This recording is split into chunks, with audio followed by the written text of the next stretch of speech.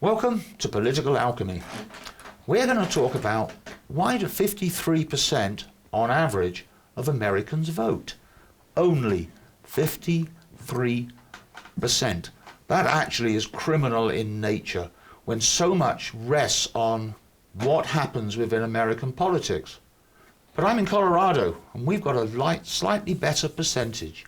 73% of Coloradans, and it could be more, we're not sure yet, but it's 73% is a good number, have actually taken the time to look at what and how they are voting. But we have got in this country a serious issue, and we need to, let's open up the floor. We need to somehow, we need to get more than 53%. We just have to. And I know voter suppression has a lot to do with it. As we talked earlier, I open up my ballot and I look at it and I mouth, what the? Because it is so long, it is so complicated. You see a two-liner thing, which is yes or no, and discover that it's supported by a 1,000-page blue book. You know, it's ridiculous what's really going on here, and I'm wondering, what do you guys think? Why has America got this problem and has had this problem for a long, long time? Well, I think one reason you talked about it is we have made a lot of effort to try to keep voters from voting, because we have this election particularly, we limited the voting stations, we limited the hours that they were open, they limited the time that they could vote. In Colorado, we had mail-in ballots, and we had about 2 weeks, maybe 3 weeks. I think it was 3 weeks, actually. That you could fill it out, yes. Turn it in at your leisure. It made it real easy. Again, we had the book that you could look up. Even though we had the book, though, we had an amendment on slavery, and we didn't pass that one, so that was really interesting. But I think that we can make it easier for people to vote and try and be more inclusive, but that is an issue. A lot of people don't want more people voting. Yeah, I mean, the slavery thing, I think I voted the wrong way. It was Because I didn't understand what they were writing, and I thought I was voting the correct way. Yeah. At least I voted. It wasn't worded very well, yeah. Yeah.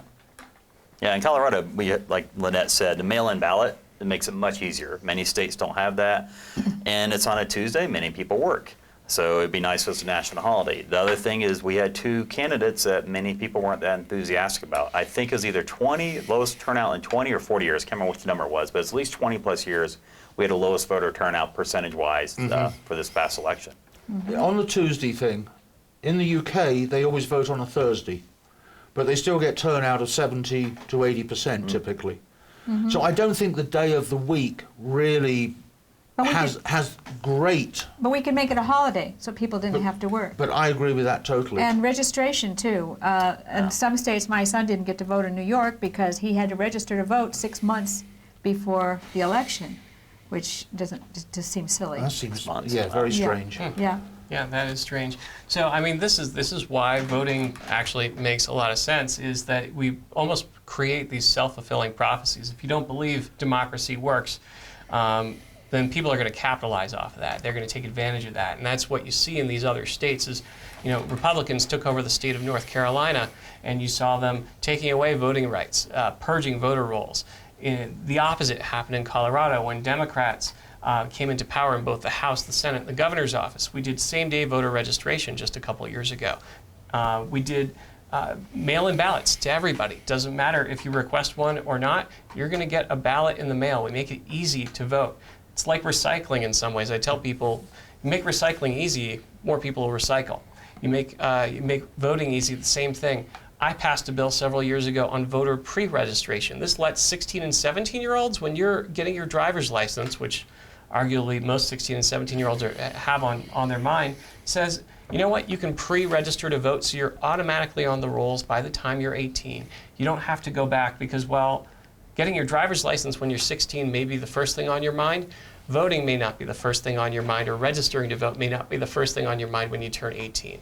It's been wildly popular, and not just with Democrats, but across the spectrum. I think we actually have more pre-registered Republicans than we do Democrats in Colorado. We actually had higher turnout in 2014 than we had historically ever had, and Republicans won in Colorado in 2014. So this isn't a Democratic or Republican thing. But when you make it easier for people to vote, people do it. And to your last point, when you look at that ballot and you go, oh, I don't even know how to turn it, the pages. You're going to get carpal tunnel just filling out all those bubbles. Right. I mean, the good news is because you got a mail-in ballot, you're not going to have to be sitting in a polling box somewhere slowly trying to, cogitate over all these things. The other thing is in Colorado. Yes, but look, is that why we have 73%? I think it is, and here's why. There are some things that probably confuse people, but you look in Colorado in 2012, legalizing marijuana, raising the minimum wage this year, death with dignity or end-of-life options that you're seeing on the ballot, that you saw on the ballot this year. Those were things that got people to the polls. I'll tell you, when I was first knocking on doors for my race in 2012, the last couple days before the election, wanted to see if people had already voted or not, or see why they hadn't voted. I had several people that said, I don't know who I'm going to vote for president, but I'm definitely voting for Amendment 64. I want to see legalized marijuana. And of course, then I always wanted to follow up with the question of, well, there are certain candidates that might try to make it illegal again, so you might want to vote for those folks. But I think that's part of what gets people to the polls in Colorado is this idea of direct democracy. We don't have this in every state. And so I could, go to somebody and say, maybe the top of the ticket isn't that exciting, but look down the ballot. There's something here that you care about. And, if especially when you go into communities that are economically disadvantaged and you go, would $12 an hour make a difference for you? You can make that decision today, and no one can take that away from you unless they come back to the ballot box again. And so you have the absolute final say on this issue. And maybe that gets somebody there. I mean, we can't argue with Colorado doing better than the rest of the nation. So. Yeah. Well, in the previous program, we talked about the Electoral College and how undemocratic that is. Because we keep bandying around this word democratic. For everything else, America seems to be very democratic, except when it comes to the president. A republic. Yeah, then we decide we're a republic. Right. No, I mean, we're so democratic in this country. Lawmakers like me can't even raise taxes without a vote of the people. I mean that, which is unique to I think everywhere. But I voted yes on that. Well, a lot of people did. A lot of people did. Well, you must like a long ballot then. So, but that's one of the things that I think is unique to Colorado. But we make it easy to vote. We make it easy to get issues in front of voters. We make it easy for candidates to get on the ballot. And I think all of those things have, coalesced into making sure that we have some of the highest turnout in the country. That being said, we're number 3 in the nation right now. 73% still means that, that's a C- as far as, I'm concerned. But, what can we do to get over that hump, to figure out what that other 25, 26, 27% care about? I know Duane wants to jump in, but that 73% actually is pretty darn good when you consider how many Coloradans were Bernie supporters.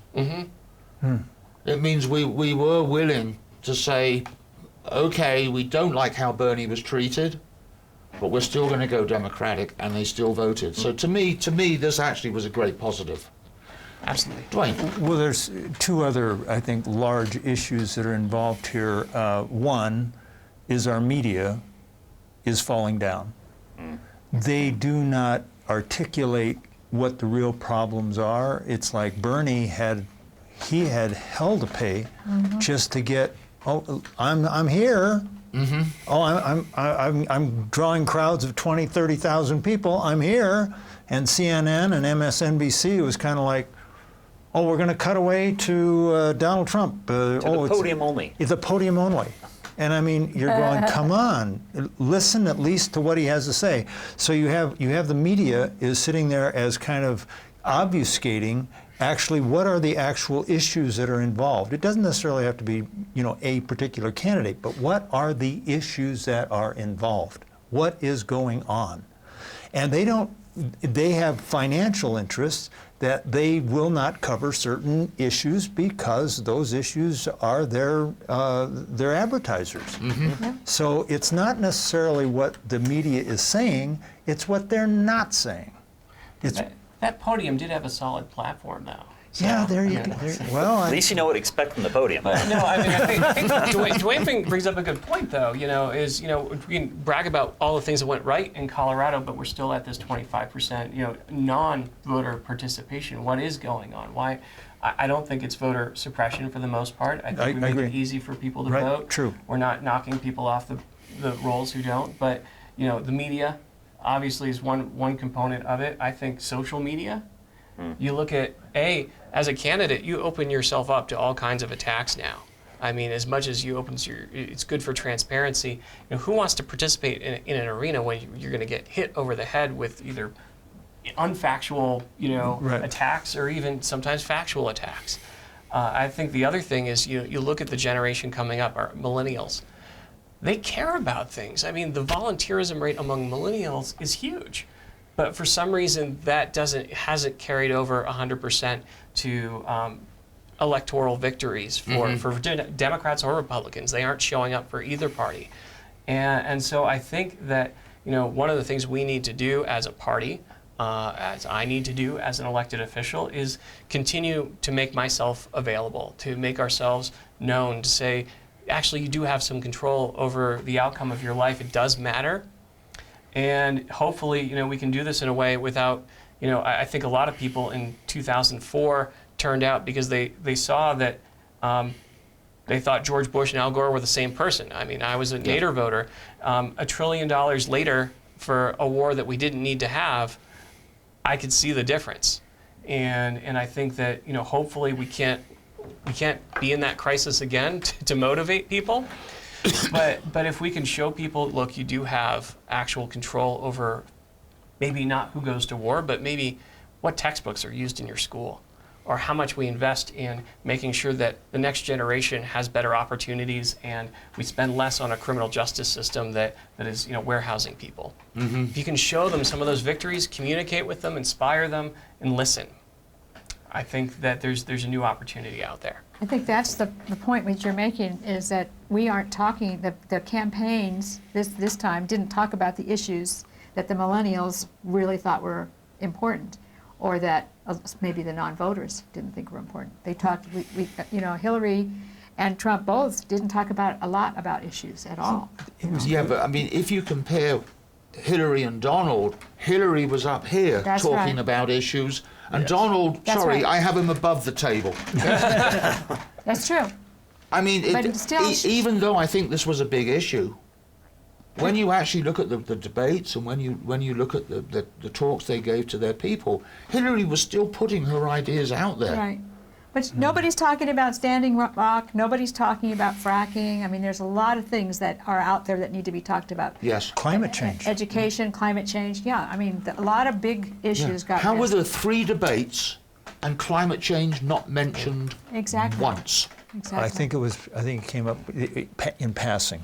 I think there was one mention, and it was like 5 seconds. I must have blinked. I mean, of the people that didn't vote, though, I mean, I might understand why a Jill Stein voter decided, or a Gary Johnson voter decided. I don't know how many times marijuana was brought up. I don't know how many times our prison industrial complex was brought up. But I think those people voted.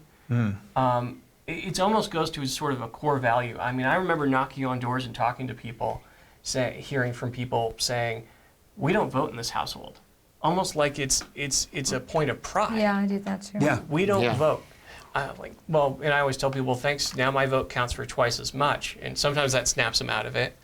But I think more than issues, what seems to work for me when I'm talking to voters, or non-voters, I should say, is giving them a sense that I care, that I'm listening.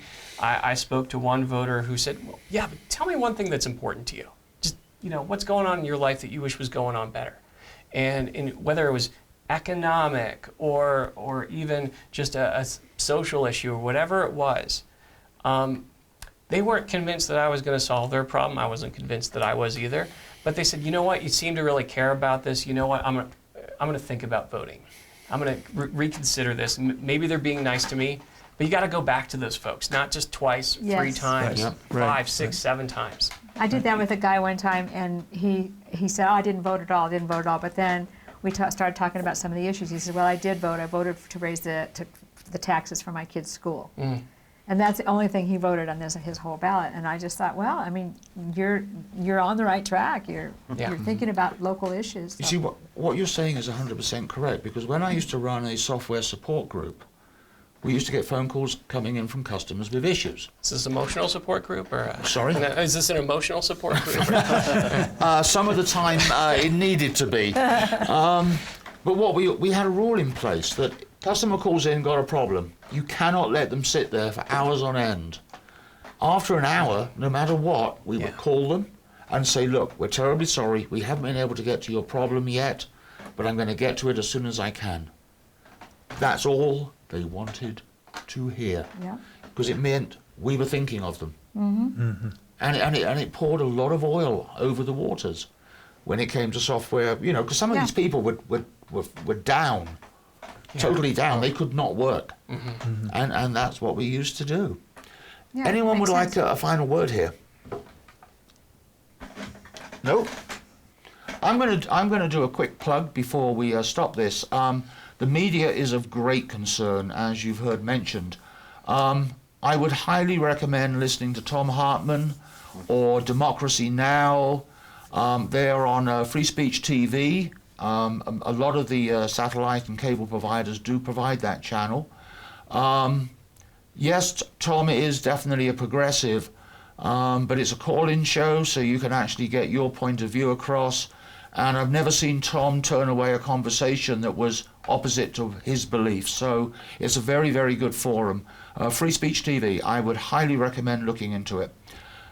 Thank you. We will be back.